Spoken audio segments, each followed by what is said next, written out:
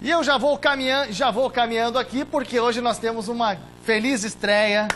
Tudo bem, Juninho? Certinho, boa tarde. Seja bem-vindo. Obrigado. Júnior Espíndola, nosso novo colega, Badazinho, tudo bem com o senhor? Amigo, tudo certinho. Beleza? Então, Grande Juninho Espíndola, seja bem-vindo. Obrigado. Sucesso, vida longa, que seja uma ótima caminhada a partir de hoje aqui, né, conosco, na bancada da RIC TV Record. Já estava fazendo matérias, mas agora veio para a linha de frente. Né? Em definitivo, né? Dando pontapé inicial. É o mais alto da equipe, mas não é o mais pesado. O mais pesado continua sendo eu. Ainda bem. Mantém essa média ainda. Seguinte, eu vou deixá-los à vontade para falar sobre esporte, já que os dois dominam o assunto. Vou pro lado de lá, daqui a pouco eu volto. Felicidades aí, tá bom? A gente vai começar falando da Chapecoense. Em jogo de 5 gols no sábado, a Chapecoense venceu mais uma fora de casa pelo estadual e segue dividindo a liderança. Antes da partida, o Verdão prestou solidariedade ao Flamengo pelo incêndio no Ninho do Urubu na última semana. Com a bola rolando no estádio Augusto Bauer, Chapecoense e Brusque fizeram um jogo bastante disputado. A Chape saiu na frente. Aos 21 minutos, Lourenço abriu o placar. Só que um minuto depois, o Brusque empatou com o artilheiro do campeonato catarinense, Hélio Paraíba, em cobrança de pênalti. Ainda nos acréscimos do primeiro tempo, aos 46 minutos, Everaldo colocou a Chape na frente novamente. Já na etapa final, Lourenço novamente ampliou para o Verdão, aos 8 minutos. Aos 27 minutos, Hélio Paraíba de novo descontou para o Brusque. Mas ficou assim, Brusque 2, Chapecoense 3. Jogo movimentado, né, Badá? Gostou da atuação? Gostei. Jogo bom, bem movimentado, jogo de 5 gols, destaque para o Lourenço, fez uma grande partida, primeiro tempo impecável do Lourenço, fazendo gol, dando assistência, uma bonita homenagem da Chapecoense, foi um belo gesto que teve uma repercussão nacional muito positiva para a Chapecoense, homenageando aí aos jogadores, os meninos do Flamengo que infelizmente perderam a vida naquela tragédia lá no Ninho do Urubu, e dentro de campo a Chapecoense jogou bem. Aliás, esse time reserva da Chapecoense tem jogado bem. Joga de maneira solta, ofensiva, é o lançamento do Roberto, hein? Campo de defesa, lançou para o Lourenço, só deu um tapinha para tirar o zagueiro e fez um bonito gol. Aí um pênalti absurdo. Não sei de onde que o árbitro viu o pênalti nesse lance. Aí o Thales nem encostou no jogador do Brusque. E o bom centroavante Hélio Paraíba acabou fazendo o gol, então, de pênalti e empatando. Depois disso, terminou 2-1, o Everaldo também com muito oportunismo. Está aí o gol de empate. Depois o Everaldo com muito oportunismo, um belo cruzamento do Marcos Vinícius, completamente livre, fez 2-1. Jogador que tem presença de área também, vai ser muito útil ali na função de centroavante. E aí o terceiro gol do Lourenço, que depois aí acabou até saindo para ser preservado para quarta-feira. Aí o vacilo da defesa da Chapecoense e o Hélio Paraíba acabou aproveitando para fazer o terceiro gol. Então foi uma boa vitória, com uma boa atuação desse time reserva, consolidando a boa fase e a boa campanha da Chapecoense do Campeonato Catarinense. Mas não dá para ficar pensando muito no estadual, né, Badá? Porque hoje teve representação na Chapecoense, né? Na manhã de hoje estão lá no CT da Água Amarela.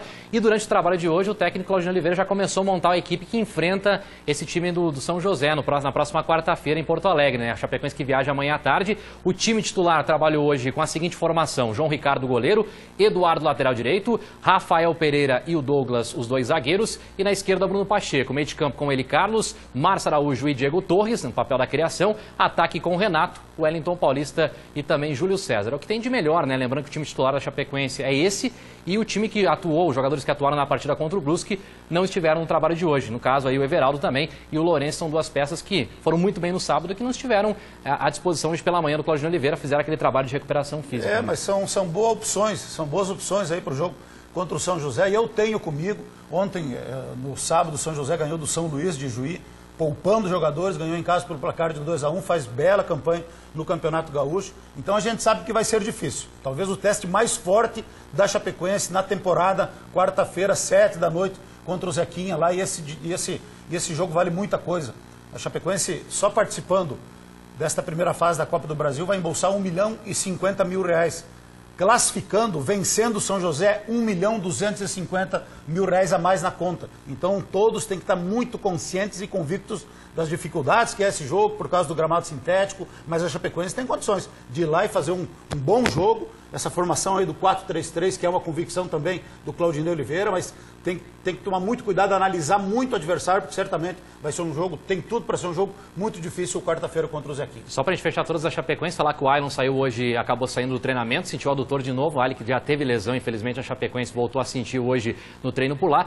E sobre o Gustavo Campanharo também, né, que deve estar chegando esse meio de 26 anos, que vem da Bulgária, né, Badá? Só para a gente fechar aqui as informações da Chapecoense neste momento, a Chapecoense também buscando reforçar o seu elenco, né? Tem que reforçar aí, já visando a sequência da temporada. Gustavo Campanharo, sinceramente, para mim, desconhecido. O futebol da Bulgária não tem muita visibilidade, mas é uma contratação, precisa confirmar. Vamos ver quem indicou, quem que é o responsável, né, para encontrar o Gustavo Campanharo, se foi o técnico, se foi o departamento de futebol, se foi o Nilton Drummond, quem é que está trazendo esse jogador, porque, com toda sinceridade, eu acho que pouca gente conhece ele. Mas, se está vindo, é porque é convicção da diretoria da Chapecoense que venha ele e que venha outros mais para qualificar a Chapecoense, principalmente para a sequência da temporada. A gente continua falando de Campeonato Catarinense, vamos falar agora do Figueirense, que venceu o Hercílio Luz no Orlando Scarpelli, jogando dentro de casa, e vamos acompanhar então como é que foi essa partida. A rede só balançou mesmo no fim do primeiro tempo, quando o zagueiro Zé Antônio abriu o placar para o Figueirense. Depois disso, já na etapa final, o Hercílio Luz reagiu. Num passe de Lima, Romarinho deixou tudo igual. Daí foi do banco de reservas que saiu uma dupla para mudar a história da partida. Mateuzinho e Júlio Rusch mudaram o placar do jogo. Primeiro foi Júlio Rusch que colocou o Figueirense na frente novamente. Depois foi a vez da dupla de Mateus, Mateuzinho e Mateus Lucas. Primeiro Mateuzinho os colocou na trave, depois no rebote Mateus Lucas ampliou e fechou o placar da partida. 3-1 para o Figueirense. E o Avaí encarou o Tubarão no sul do estado. O Leão venceu o Peixe e conquistou a primeira vitória fora de casa no estadual. No confronto entre Tubarão e Avaí, os visitantes saíram na frente. Daniel Amorim abriu o placar. Já na etapa final, o Peixe conseguiu empatar. No primeiro minuto, Liel igualou o marcador. Foi aí que começou a reação do Leão da Ilha. E com ele, novamente, Daniel Amorim, mais uma vez balançou a rede e agora ampliou para o Avaí. E já nos acréscimos, André Moritz definiu a vitória havaiana, a primeira fora de casa. Fim de papo, Tubarão 1, Avaí 3. É a situação complicada para o Tubarão, que ainda não conseguiu vencer. Nos outros jogos da rodada, destaque para a vitória do Criciúma dentro de casa. Veja os gols.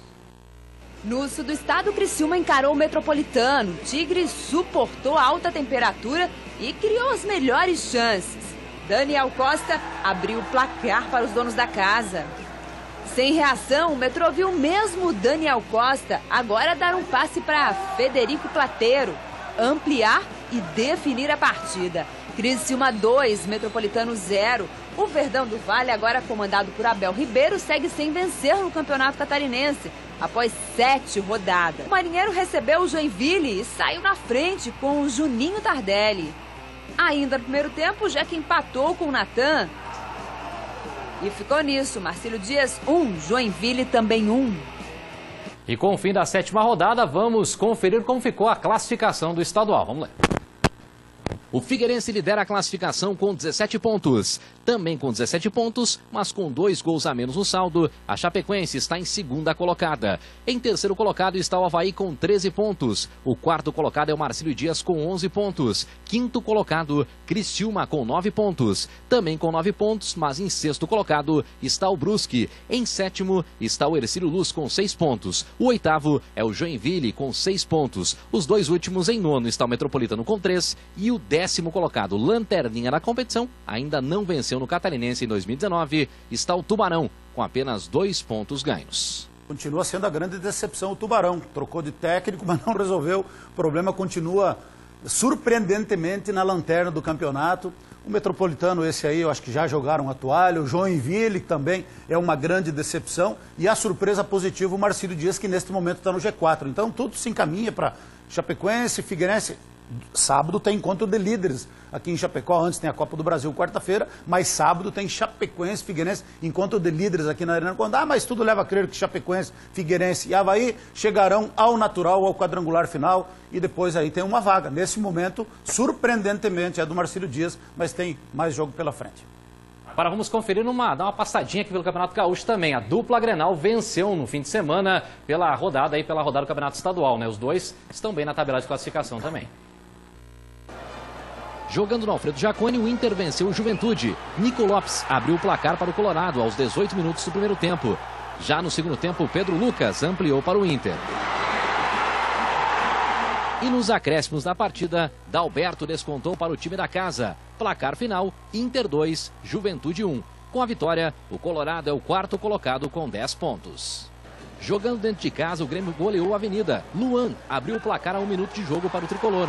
Depois, Everton, Leonardo, Luan e Everton novamente ampliaram o placar. Aos 43 minutos, Felipe Viseu fechou a conta na Arena. Grêmio 6, Avenida 0. O Grêmio lidera a classificação com 16 pontos. E já meteu um troféu no armário, porque futebol é isso aí. É competição, era a Recopa Gaúcha, competição organizada pela Federação Gaúcha de Futebol. Valeu o troféu, volta olímpica, festa, mais um título para o Grêmio, mais um título para o Renato Gaúcho, para a alegria do torcedor gremista que comemorou mais uma conquista aí nesta fase do Grêmio sob comando do Renato Gaúcho, que aliás está patrolando todo mundo, está líder, isolado, disparado do Campeonato Gaúcho. E o Inter parece que começa a reagir, né? Andou patinando no início, ali alguns jogos atrás, mas agora já emendou 2 vitórias consecutivas. Parece que o time está engrenando e muito dificilmente não deveremos ter Grenal na final do Campeonato Gaúcho mais uma vez. Vamos mandar abraços agora? Vocês têm abraço aí? Temos abraço. Vai dar, sempre tem abraço aqui, sempre né? tem abraço. Temos abraço aqui. Vamos mandar um abraço, por exemplo. Tem aniversariante hoje? Tem aniversariante. É Camila. Camila, filha do meu amigo Quirino Ribeiro.